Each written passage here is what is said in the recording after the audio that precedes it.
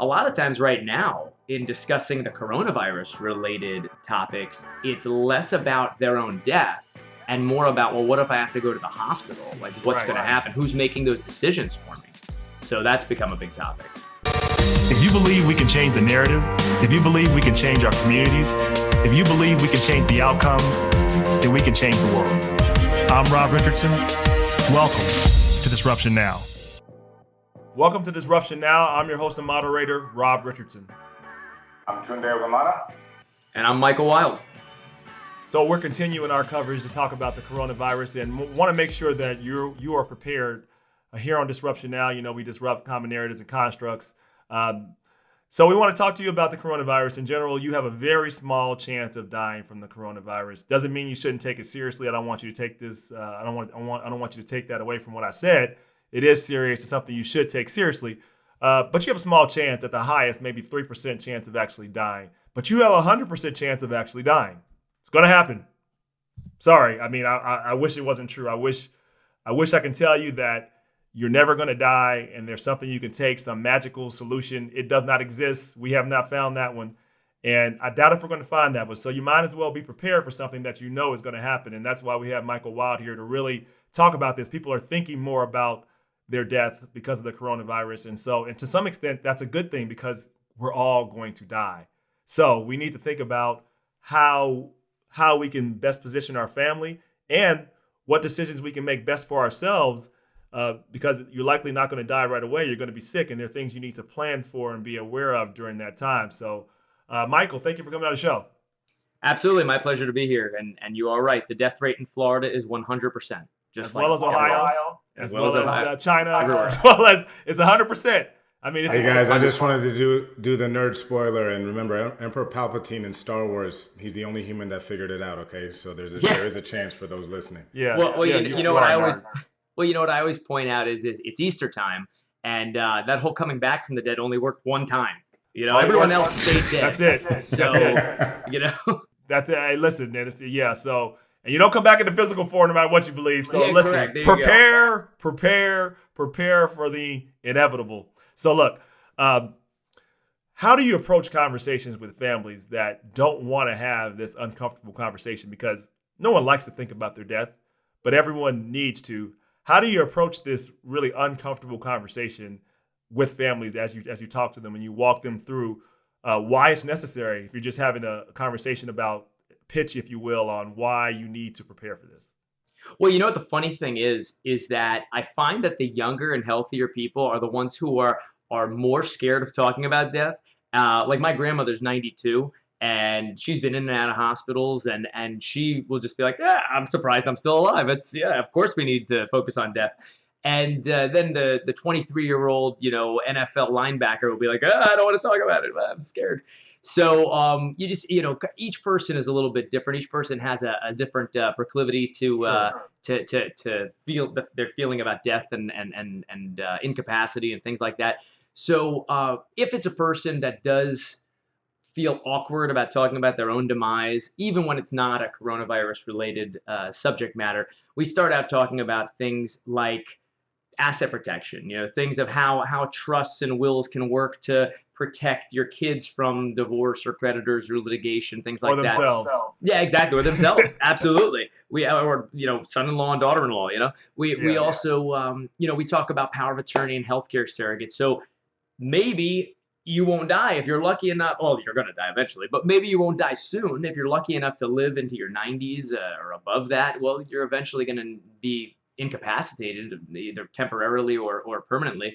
Need to have a power of attorney and a healthcare surrogate, a HIPAA release, advance directive to pull the plug, if that becomes a necessity. So a lot of times right now in discussing the coronavirus related topics, it's less about their own death and more about, well, what if I have to go to the hospital? Like, what's going to happen? Who's making those decisions for me? So that's become a big topic. So I'm curious, when you think about folks thinking about their own death, how do you walk them through a scenario? Is there some type of story you maybe tell them? Let's actually take the story this way. Can you think of a circumstance without disclosing names? I know you can't do that. Can you think of a horror story of why this is necessary, and let people know that this can be you if you don't take steps to protect yourself. Oh, absolutely. I mean, we don't only handle estate planning, we also handle probate. And I always tell clients I make a lot more money off of probate than I do off of planning. My clients that plan, it's easy peasy, but when somebody dies, trustee comes in and says, "What do I do? Everything's funded in the trust. Let's just create an accounting and distribute or create the new trust or whatever it might be." But when it's probate, I have probates that last 2, 3, 4 years, even if not litigated. I've got a couple of high-profile probates that went into litigation, cost millions of dollars. On the low end, a probate is going to cost between 3 and 7% of the assets of the estate. So I'll have a client that, even if it's not contested, a client that might have a $2 million estate but has to be completely probated, I could make $60,000 on that. Whereas that same client, if they were alive and came to me and had an estate plan done, it might cost between $2,500 and $3,500 to avoid all of that. Not to mention not just the legal fees, the court fees, the taxes, creditors. Whenever we have to do a probate, we have to open a creditor period, and now people come out of the woodwork and try to get their pound of flesh. So Absolutely. avoiding all of that is a necessity. So there are a multitude of probate stories, even the boring ones that just are because of the courts and the lawyers and different things that the money needs to be split in a less of a pie for the beneficiaries because the piece has already been taken out by the creditors, the attorneys, and the court. So to simplify for people, like, not planning means that if you don't plan, what that means, when you die, you're going to automatically give more money to attorneys like Michael, right? You're going to give more possible money to creditors. You're going to keep the money from coming to the loved ones that you want the money to go to if you don't have a plan in place, because then we got to go guess what your intentions are. Yeah. And then you leave it to courts and attorneys to spend your money, your time, and your resources instead of going to the loved ones. Tunde, like, you want to say something?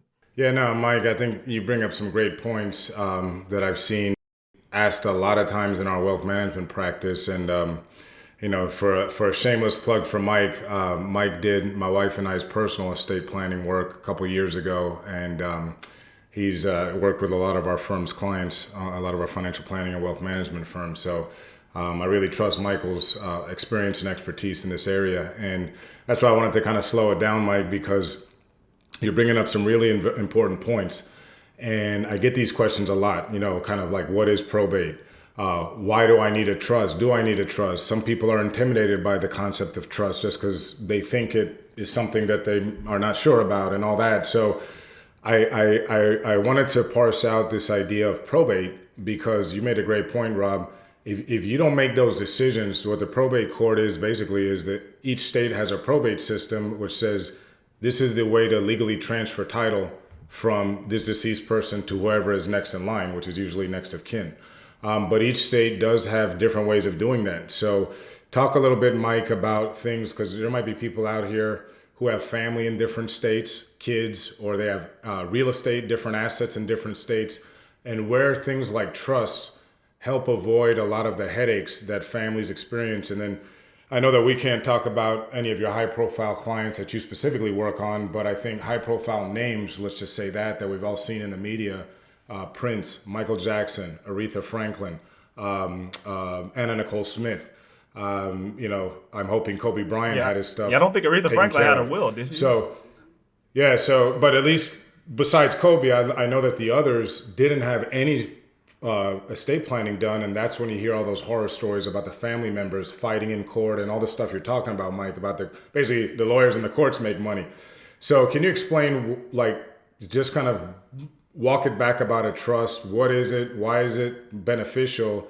And how can families avoid some of these disputes by proper trust planning, as opposed to just saying, here's everything in an envelope here, basically you guys are just going to split this up and I'll see you later. Yeah. No, absolutely. You make a couple of really great points there. Firstly, I don't know if you can tell behind me, there's one of the posters here, Estate Planning, Failures of the Rich and Famous. This is the first of like 22 posters they have of people like this. So it is a common thing, not just among celebrities though. When people think about probate, which probate is basically the proving of the will or the transferring of assets from the deceased person to the beneficiaries by way of the court system. It's a cleansing of the assets. It cleanses them of any title defects, any creditors, things like that. So there are some positive things that happen during the probate process, but it's very time consuming and it's very expensive. And a lot of people have the misconception that if you have a will, you don't have to go through probate, which is completely false. All wills go through probate. Every will has to go through probate.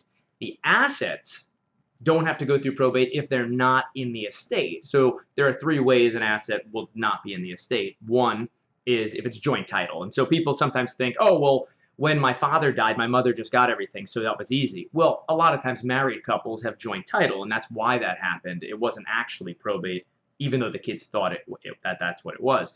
The second way is a beneficiary designation, like on a life insurance policy. If I'm listed as the beneficiary of my father's life insurance, that just goes right to me, doesn't go through probate. Right. There are other reasons to have that go to a trust, like asset protection, creditor protection, and things like that, and protection from a young beneficiary. But from a standpoint of probate, that avoids it. The third way is the trust owns it. A trust is outside of the estate. So when the trust owns the assets, there are no assets in the estate. So when we open a probate and submit the will to probate, we're not submitting any assets. We're saying there's nothing there. That way, if any creditors are hovering, they don't go after surviving spouse or kids. They're going after the estate. That's the only way they can get money. And they can put in their claim, but there's nothing to get it from. You can't squeeze blood from a stone. So that's an important aspect. Now, what people think a will does is avoiding probate. What a will actually does is only avoid what's called the intestate statutes. So in Florida, just like in any other state, there's a statute that describes what happens to assets if a person dies without any documents. Right. So if you have a will and you don't have a trust, it does have to go through court, and you can avoid intestacy. And you could say, okay, judge, even though it's going to cost money and take time, these are the beneficiaries. And as long as the will is valid and not contested, then that's what's going to happen. Right. But if you don't even have a will, now we get the Florida statutes. Now the state gets to decide where everything goes. That's exactly it. You don't have any say anymore because you didn't say it while you were alive. That's exactly it. And can I pause on that one too? Because I've seen this issue come up, Mike, and I'd like you to speak about it because I know you have too in your practice with blended families. Yeah, absolutely. Of course, this isn't 100 years ago. We have a large portion of this country which are second and third marriages. There's kids from prior marriages versus kids from current marriages, all that. And each state has a different way, if you don't have anything in writing, that they will say that either it should all go to the spouse or the biological kids here or there. And I've had clients and families we've worked with where, someone might have older kids that are like our age, fully grown. The person might be in their 60s and they might have got remarried not too long ago, let's say in the last 10 years, and they have 10-year-old kids, hypothetically. So what they've told me is, look, my kids that are grown understand that, I raised them and I took care of them. Everything that I'm doing now is for this family here. And I still tell them, yeah, that's great that you verbalize that, but depending what situation your older kids are in at the date of your death, they might not honor that as much as they're saying it now when you're alive, because money's money and people act funny when they're in a jam. So speak to that if you can, because I'm sure there's a lot of people in the audience that might share that kind of personal experience. How would you deal with that from an estate planning attorney to a family that has these concerns? Absolutely, that happens all the time. And I'll tell you, so here I've got a couple of stories and also just to bring up that exact example. So you have kids from a previous marriage that are older. You have kids from a current marriage that are younger, and you have no documents. What the state says is we're going to give, if you die and you have $1 million, $500,000 is going to go to your current wife, and $500,000 is going to go to your kids from the previous marriage. Nothing is going to go to the kids from the current marriage, because the way the statutes read, and it's really a short-sighted drafting, is that the kids that you have with your current wife, well, she's going to take care of them. So we're going to give her the money. We're not going to give them the money. So you're accidentally disinheriting those younger children, because what's your wife going to do? She's going to need the money. She's going to pay the mortgage. She's going to pay the bills. So your older kids got half your money, your current wife gets half your money, and your younger kids get nothing. Yeah. And that happens more often than people realize. I have a client years ago. Now, they're alive. Thank goodness they came to me for the planning purposes. And it was the new wife that came to me. She was friends with a person who I had done their estate plan. And she came to me that the doctor husband didn't want to do it. A lot of times doctors, Yeah. hard to get them to realize they're going to die.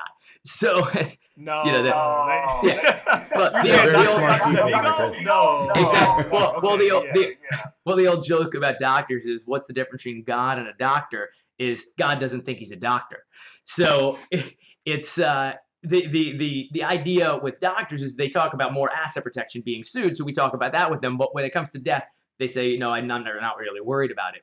Well, with this woman, she was worried about it because it was a private practice that she actually co-ran with her doctor husband. Now, she's not a doctor, so she couldn't be on it as an owner, but she was basically the bookkeeper, the marketer, the everything else. And they split everything. It was understood. He even admitted it's 50-50, but not on paper. It's not 50-50 legally. It's 50-50 because that's how they shared it. Now, they had 2 young children together, and he had 3 children from a previous marriage. Now, his 3 children, he was much older than her. His 3 children were all fully grown. They had their own kids. The 2 children that they had together were teenagers. When she came to me and she said, we don't have any estate planning, and I explained to her the exact thing I just told you today, which is that if you don't do anything and he dies, the practice gets liquidated, all of his assets go 50% to you and 50% to his kids from previous. Well, she was up in arms about that. Right. So finally, we did get everyone to sit down. His CPA, tells him, no. Years ago, you had an estate plan drafted. Don't worry, I did it for you. Which is why you go to a specialist. You don't go to some guy who can just do whatever. By the way, Your this accountant CPA should not draft. No offense to accountants. Accountants should not draft your will or your trust Of course. or any of that. They could be involved in the process, but they Absolutely. shouldn't be the drafters. But go ahead. Exactly. I thought. think that it's part of the 3-legged stool: the tax advisor, the legal advisor, the financial advisor. But yeah, this guy, he had drafted an estate plan for this doctor friend client, and the estate plan gave everything to the ex-wife because that's when it was done. It was done 15 years ago. Oh wow! And it was never updated. Yeah, he would have been. He would not have been happy with that, but he wouldn't have known because he'd be dead. So go ahead. That's exactly it. Know. Now his current wife would know it. She'd be cursing she him from wouldn't the be happy grave. at all. So, and the thing is that there's an argument, like a lot of people will say, I hope we fired well, that CPA, but that's neither Yeah, here nor there. oh, Go yeah. ahead. there's an argument that people would say, doesn't the law say that if you're divorced, they don't get? That's only on beneficiary designations. So if you name an ex-wife as the beneficiary of a life insurance policy or an IRA, they're treated as predeceasing, but not necessarily on a trust document. But I think this if I can interrupt you for a second, I think Yeah, this sure. story points to something that's very important that really, I'll just confess, I've just begun to really realize it's so important to talk to your family all the time about death and debt, but death. Talk to them about, because it's going to happen. I've been very intentional. Tunde knows this. My sister left us this year, and so that experience, when you experience someone dying that is your sister, it becomes real to you. Like, one, it's a part of you that's gone, but then 2, like, this is going to happen to me. I mean, you always know it's going to happen to you, but what I'm saying is, when my sister died, that made me realize that this is a real thing. And so I want to have conversations with my wife. I want to have conversations with my parents about what their intentions are, what they want. It's not that we avoided the conversation, but no one wants to say, "Oh, well, let's talk about death today," right? I mean, but the fact is, as part of our regular talks when we deal with finances, that's a part of it now, and I still need to do my trust, so I'm going to do it. All this stuff is now on my brain a lot more than it was. The coronavirus now hopefully has put it on everyone's brain, our own mortality. But there's an opportunity within that. You can't control for the most part, I mean, you jump out in front of a bus, you might die if you want to do that. But for the most part, you can't control your mortality, but you can control the process going through. And Michael, speak to the fact that people might think this is only for the super rich, only they need to worry about it. But lots of more people than you think would be affected by this if you own any amount of property, any type of insurance. Talk about why this is not just for the rich and famous. You're 100% right.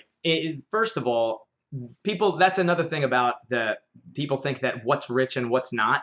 So some people come in my office and say, well, I don't even have an estate. I'm like, well, everyone has an estate. So the question is, how large? Now, if you have no real estate and no business interest, and your total assets in your estate are less than $75,000, you probably don't need to worry about the trust. Still should have power of attorney in place, healthcare surrogate, those type of things. That we call those the under the bridge documents. Even if you live under a bridge, you have to have those in place. But when it comes to a trust is for if we're just using it to avoid probate, anything above $75,000 in total assets, and especially if we're talking about assets like real estate or business interests, because those are also assets that are liabilities and that shrivel up if not tended to.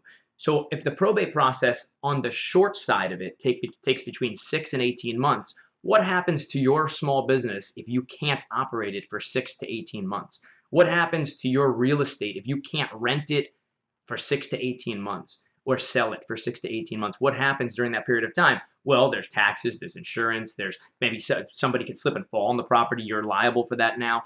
So these are issues that come up a lot. Or if you want to make sure your kids don't waste all the money and just sell off the interest, or just we had another show where someone came on. He said, "Listen, if I left my son or daughter $2 million, but didn't teach them financial literacy, it doesn't matter. They'll be out." So some people don't want to give all their kids so much money all at once. They'd rather have it parse out. So there's also reasons to do that, right? I mean, absolutely. That's why I was saying before, even with things like life insurance, even something that we can avoid probate with a beneficiary designation, I still suggest having the trust be the beneficiary, because number one, look, my kids are 11 and 6. I don't want them definitely getting, as much life insurance as I have. I don't want them getting that at 11 and 6, nor do I want them getting it when they're, 18 and 23 or whatever age it is. I didn't need it at 21.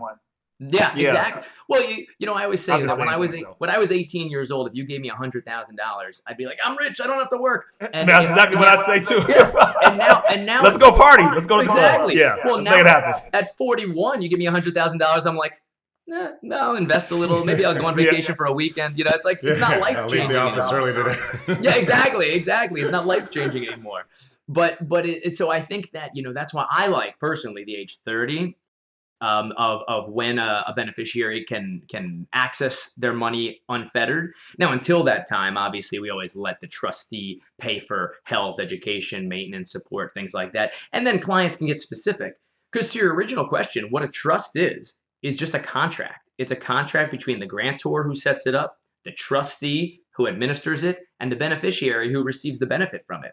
The goal of the trust is to be so clear that I can leave it out on the corner where a non-lawyer picks it up and reads it and says, I get what this person was trying to do. Because the trustee is usually a non-lawyer. Sometimes they do choose a trust company or an attorney to do it, in which case it makes it more straightforward. But you need to be able to understand what the wishes of the grantor was. And that's why keeping it out of the court system is so important. Because once you go into court, no offense to the judges, they're not specific to just one area. They have to know a lot of different legal areas. And if you try to be a generalist, then you're going to miss out on a lot of things. So most good judges, what they'll do during a probate litigation is say, you guys figure this out because I'm going to rule wrong. Oh, right. Tunde.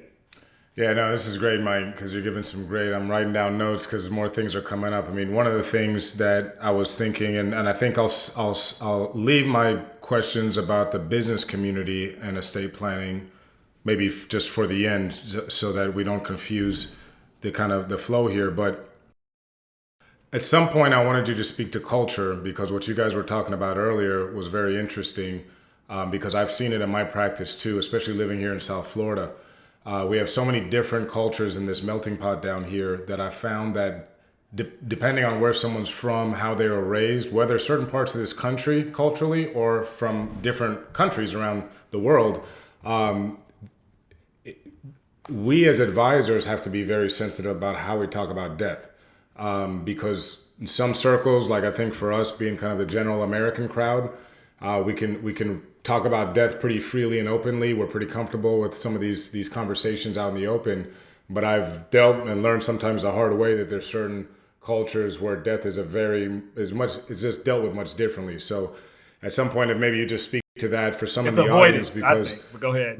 And Rob, you made a great analogy about your personal story, because what I'm trying to help is those in the audience who, especially now, like you said, with everything going on with COVID and these things might be on their mind more, they might want to bring this up to their parents or some relative and loved one that may have immigrated from a different part of the world or something. It's just maybe they need some guidance as to how to deal with that cultural And I think when hurdle. people think about it, to your point, and I'll let you go back 2 days, that some people think like, am I projecting that they're going to die from COVID-19? No, you're projecting that they're going to die. Like, Correct. So, Yeah. so This- the this point is is prepare brings- for that. It might be on people's mind now. So that was one thought. The second was going back to your point about how people have seen other family members have joint titling.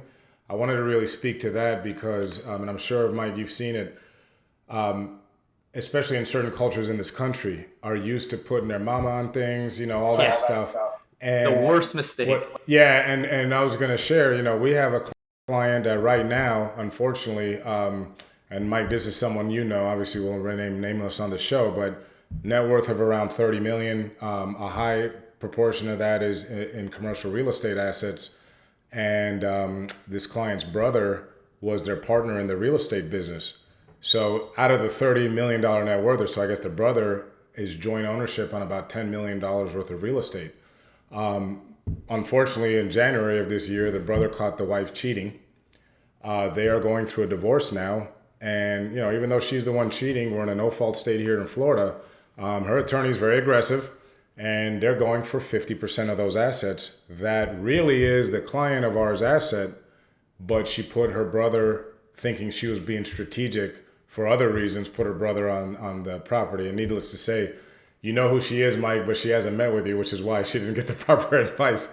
But the idea, and I've seen that in much smaller. I know the $30 million net worth and all that's one thing, but you could have just someone that puts their parent on a house or on a bank account or the kids on this or that, and someone could get divorced, someone could get sued in litigation, and what happens is that asset that they're on the title of now is brought into that court case.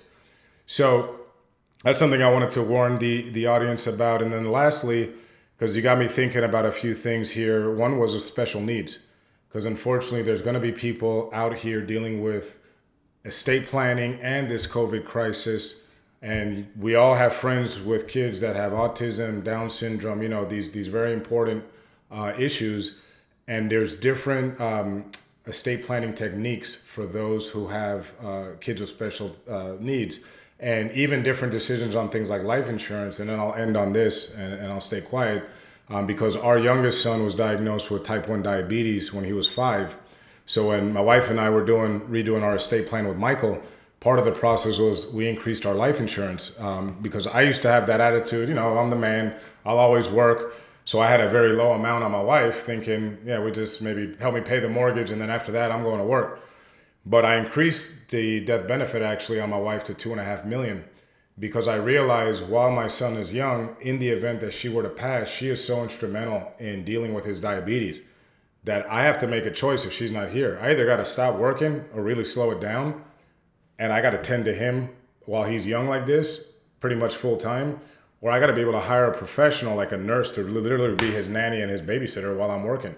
So I just figured either choice, I need a few $1,000,000 in the bank if she's not here to take care of that. So I say all that to share with the audience that think of your situation and really what it would take if you or your loved one wasn't here, if you're a parent or you have elderly parents that are being taken care of by you. So I'm done. I'll get off my soapbox. So, all right. So I guess I'll take them backwards. Yeah. So, all right. Remember, I got the business stuff later on, Yeah, so get ready. yeah, we'll do that next, and then we'll conclude on that. Go. So from a special needs standpoint, yes, we handle a lot of special needs planning. In fact, this morning I just did a consultation for a woman whose husband died last year, and now the coronavirus actually got her to think about it. In addition to her husband dying last year, she has a 12-year-old son that is autistic.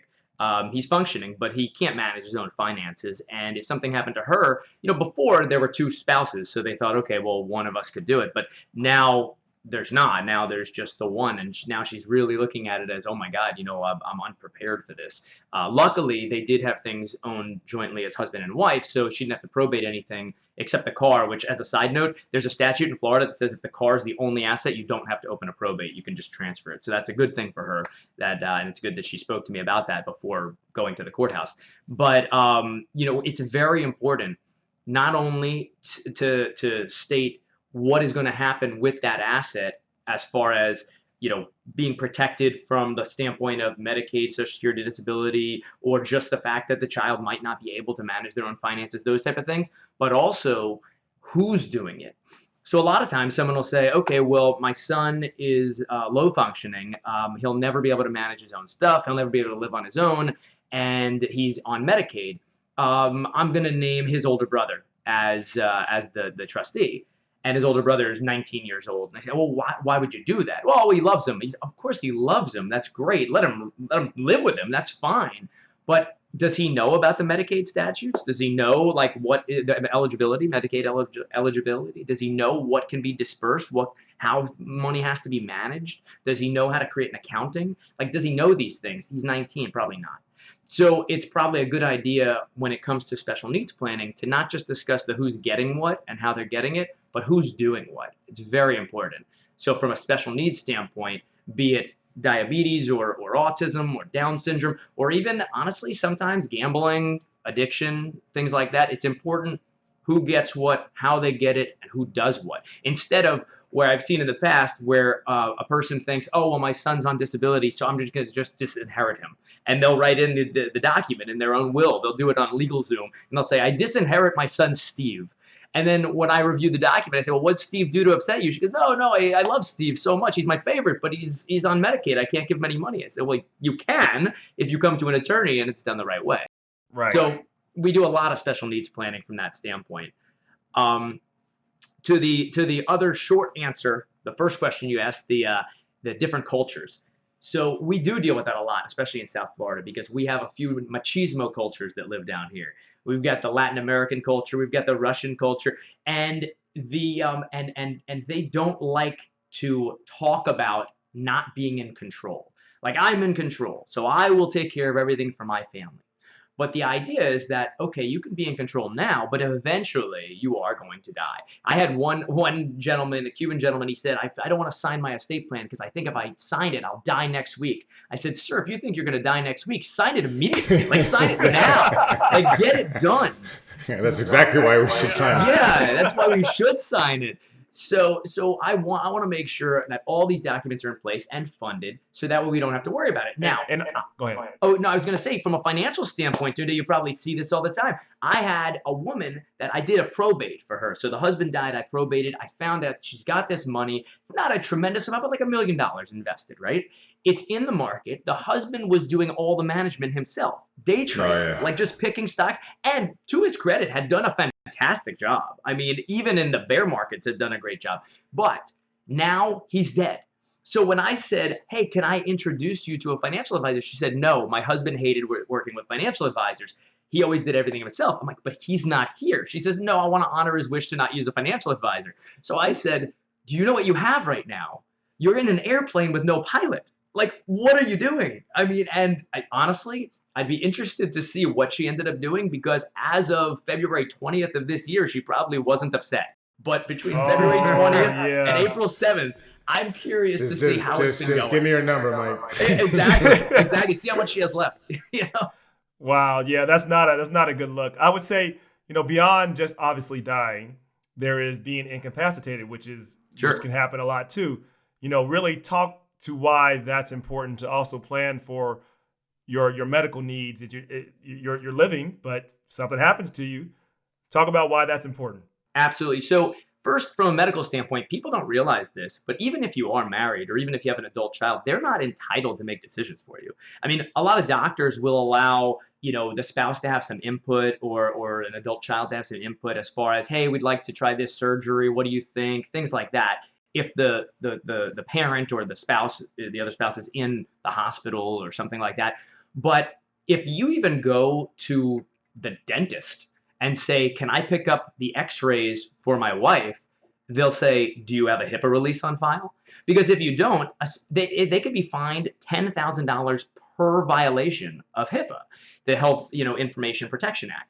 So we need to make sure that we have the right people in place making those decisions. In fact, every client who has adult children, I tell them, if your child's going off to college, you have to get them to put you on as their healthcare surrogate and HIPAA release proxy, because if you're up at school and you're in an accident and they call the school to say, hey, what's going on with my child, they can't tell you, school can't tell you anything unless you have it on file. Wow. In fact, back with, I remember in 2006 when there was the Virginia Tech shootings, maybe it's 2007, Virginia Tech shootings, people were calling up to check on their kids and they were being told, we can't even tell you if they were in the room with the shooter.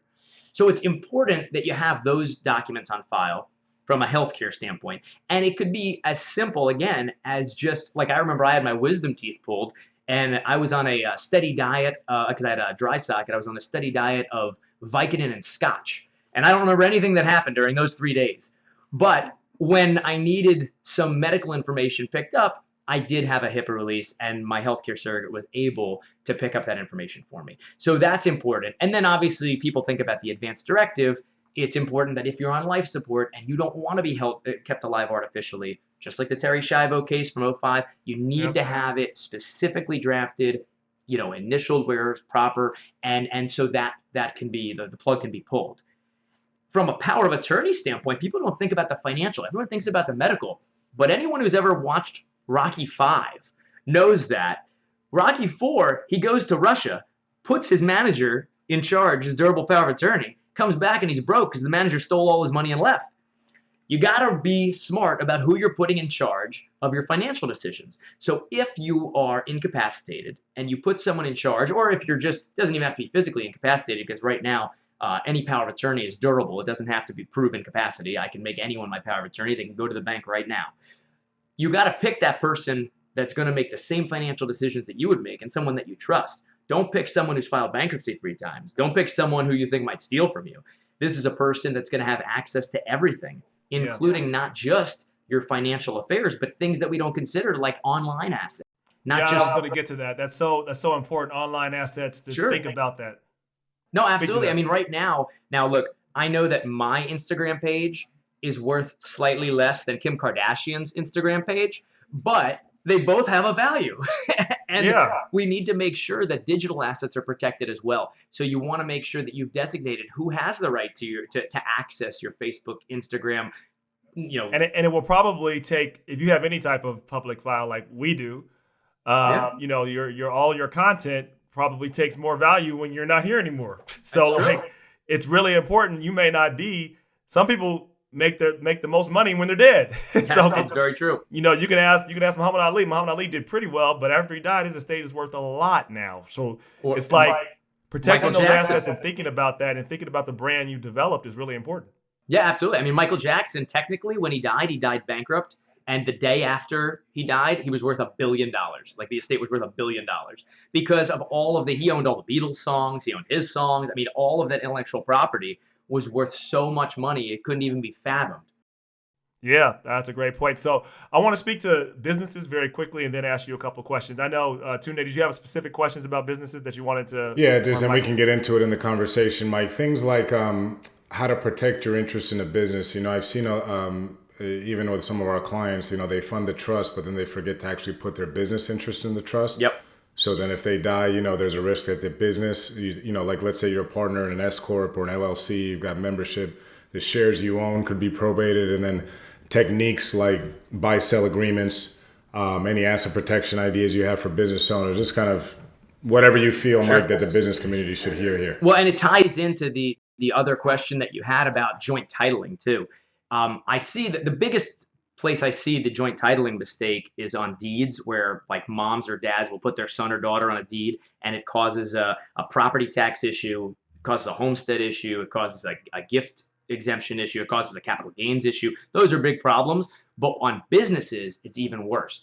So when you talked about that example of, I'm just going to put whoever I want on this business, you can't just put their name on there. We've got to have documents showing that there are, like for instance, that person, if they wanted their brother on there, fine. But then there has to be a waiver of business interest that the brother's wife signs, that saying that if they ever do get divorced, this asset is not part of the divorce because she recognizes that it's not a marital asset. Or even a prenup or postnup, which is an ideal situation to have a prenup or postnup, even if it only carves out the business. Carve out that business, keep it separate. Buy-sell agreements are crucial. Every time I have a successful business client that comes in here, usually in the neighborhood of 5 to 10 years after they start their business, if they're lucky enough to make it past that 5-year mark where the business is doing well, I always recognize that they have what I call an upside down pyramid. When they started their business, they thought, okay, I hope this works. I'm going to go on Sunbiz by myself. I'm going to pay the money. I'm going to register the name of my company. Then I'm going to go and have my CPA file for a tax ID number. And then I'm going to go on GoDaddy and get a domain. And now we're up and running and let's make some money. And then what you become is the game show contestant in the tube full of money swirling around, and you're just trying to grab money the whole time and just put as much money in your pockets as you Which can. is a good problem to have if you're in a business. But go ahead. It's a great problem. I want that problem. Let's hope for that problem. Go ahead. And if you do it well, all of a sudden you say, oh wow, my business now is worth $5 million, $10 million, $50 million. And what do you have? You have no foundation. There's no protection. So if they're lucky enough to be referred to me, what we do is we start out by saying, okay, well, tell me what documents you have. And they go, I don't have anything. I don't have an operating agreement, nothing. So I say, okay, let's sit down with the partners and talk about these things. And what you'll need, it does start again with a trust, because the trust is going to be the investment avatar for the person. The trust is going to own all the interests, including the business interest. So now we've got the trust. So let's say we have two business partners just to make it easy. So we've got two partners. They each have a trust in place. Now they say, well, one partner's married, one partner's single. What are we going to do here? So we've got to create an agreement that carves out the business interests from the married partner to make sure it's not affecting the unmarried. Now, if the unmarried partner is engaged, we need to have some type of prenuptial agreement that says the business is protected also.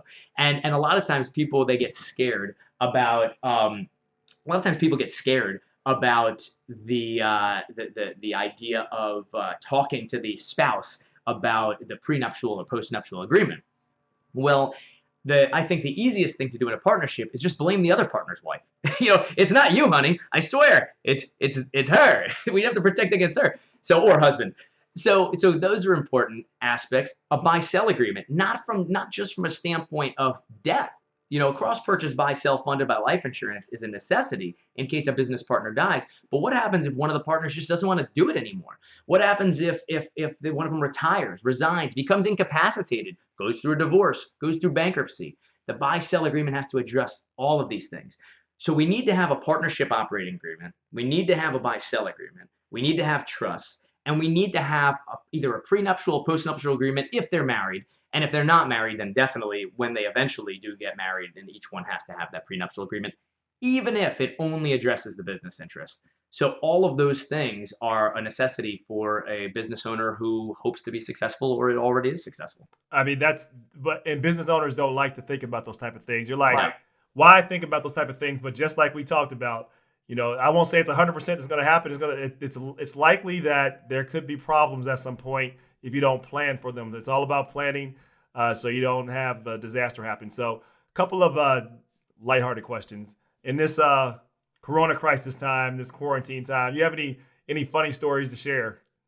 Yeah, absolutely. I mean, we're all, you can see I'm at my office right now because I didn't want screaming kids in the background of a video conference that was going to be shared with the world. But this morning I was on a conference call with a new client, and luckily she has a young child as well. And towards the end of our conference call, my 6-year-old son walks in just his underwear and says, "Daddy, I need breakfast. My pancakes are more important than your call." And the client was like, "Yo, his pancakes might be more important than this call. You should probably heat up some pancakes for him." But actually, this brave new world of operating in this quarantine, it's funny. I said that there's 3 different types of people that are quarantined right now, and none of us can associate with the other 2 as far as the thought process. There are people that are single, no kids, and they're home thinking, man, this is great to be able to watch all this Netflix and catch up on all these books, and I'm like meditating, and it's so, really get into your own mind and really improve. And then there are the people who have grown kids, and they're worried like, oh my God, I can't see my kids, I can't see my grandkids, and I'm really, I'm scared for my family. And then there are the entrepreneurs who have very young kids who spend half the day homeschooling And I swear to God, this canvas and clever and all this stuff, it's ridiculous. It And really is preaching. it's horrible. And then at the same time, I'm trying to balance the business and everything. And I will tell you, it's very difficult. Today, I have to admit, like you see, people who know me, I normally don't have any facial hair, but at least I groomed it. This is the first time I've brushed my hair in weeks, and even now, I mean, I'm like a an iceberg or a duck on the pond, where what you see above the water is not exactly what you see below. So it's we're in a brave new world here where we're trying to all work in the best way possible. But you know what the cool thing is? Throughout all of it, all the clients, no matter what age, what situation they all are in the same boat as far as they're like, I know, I'm working from home too, and I'm trying to make this work and do all these things. My kids are screaming, sorry the noise, sorry the interruption, and exactly. Look, haven't taken care of my face in a while. You get it, whatever. You know exactly. Yeah, we're all in the same boat. What do you in that?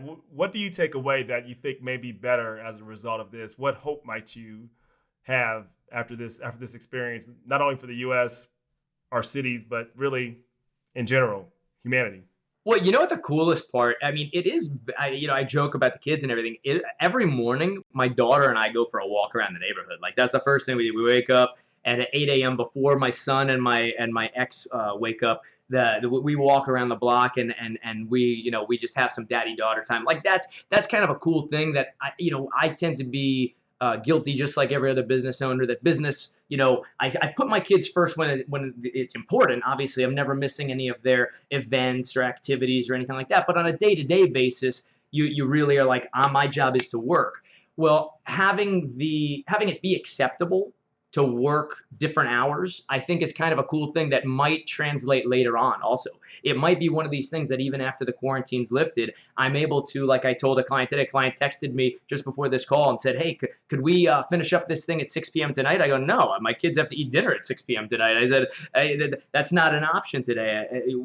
That'll have to be an earlier time. So I think that it's become more acceptable. In the past, past being 2 weeks ago, I think that lots changed in 2 weeks, brother. Lots changed in 2 weeks. It feels like it's been like 8 years. It really has.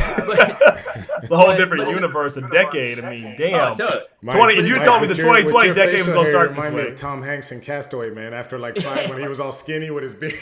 That's what I said. But can you think like 2010 was like, this is the beginning of this decade? You're like, damn, what does this mean to me? But anyway, go ahead. I know. Well, that's what I saw. I saw a funny meme a week ago, I guess, that said, what is today, March 97th? Like, how are we still in March? Like, this is ridiculous. Well, and it's only setting in, now too, because we're in April. Good news, we're in April. Well, now we're in April. Go ahead, but it's funny that the quarantine, the first week of quarantine was spring break. So there was no homeschooling. It was like I was going to take that week off anyway. I was hanging out with my kids, playing by the pool. Like that was a plan. Except we can't go to. And you forgot about a fourth person. These college students that are missing out on their spring break. Oh, I feel so sorry for them. I had a great spring break, but anyway, go ahead. Well, a lot of them down here didn't miss out. They just spread COVID. Yeah, that's a problem. Florida, which is why it's all over. This virus is all over the place. Yeah, I know.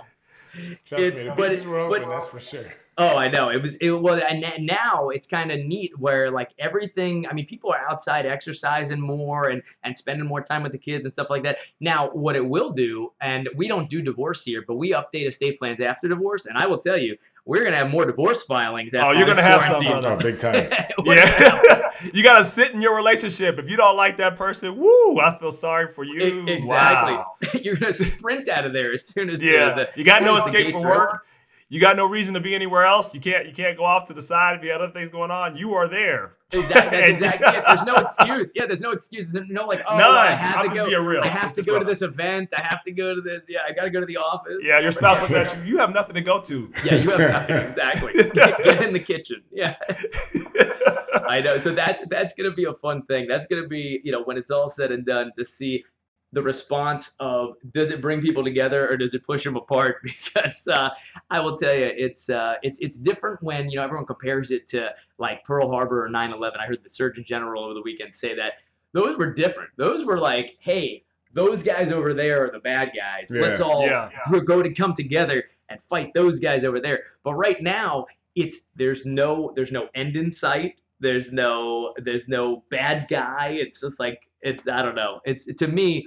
I think my prediction is by June everyone goes so crazy that people just don't obey the quarantine anyway, even if it's still there, and everyone starts reopening. And I actually think they know that. I think the Yeah. goal is to figure out if they can flatten it enough to get people to stay in for enough time to flatten it, because human nature at some point is going to take over. Like if Oh, people, yeah.